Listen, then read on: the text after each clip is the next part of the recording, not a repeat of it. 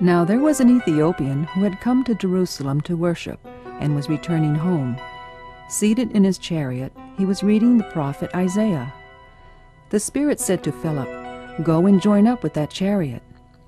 Philip ran up and heard the Ethiopian reading Isaiah the prophet and said, "Do you understand what you are reading?" He replied, "How can I unless someone instructs me?" "Do you understand what you are reading?" He replied, "How can I unless someone instructs me?" The story about the Ethiopian from the Acts of the Apostles raises some good questions about our relationship with the Bible. Do we really understand what we are reading?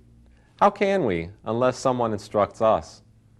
Whether you are a catechist, teacher, or parish minister, a participant in the RCIA, or an adult or teen seeking to deepen your faith, your understanding of the Bible is crucial to strengthening your relationship with the Lord. At times, however, the Bible can be very challenging to us. Like the Ethiopian in the story from Acts, we may not be familiar enough with this book to appreciate its full power. That's because this is not just any book. In fact, the Bible isn't a book at all. It's really a collection of books, a library, so to speak. I'm Joe Paprocki, and I'd like to take you on a tour. Join me now as we take a closer look at God's library, the Bible.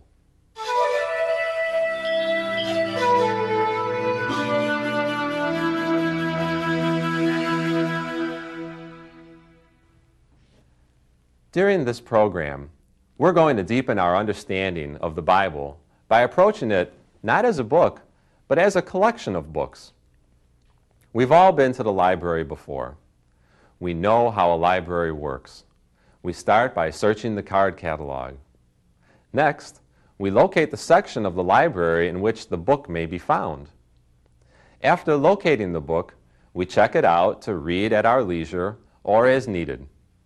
In other words, there's nothing too mysterious about using a library.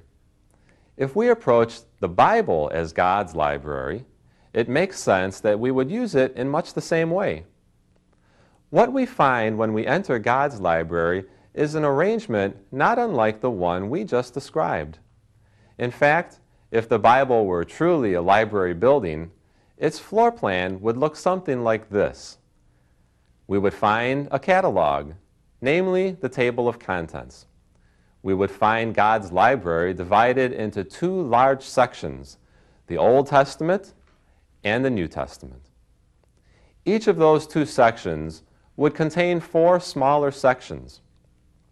In the Old Testament wing, we would find the Pentateuch, or Torah, as referred to in the Hebrew Scriptures, the history section, wisdom, and prophets.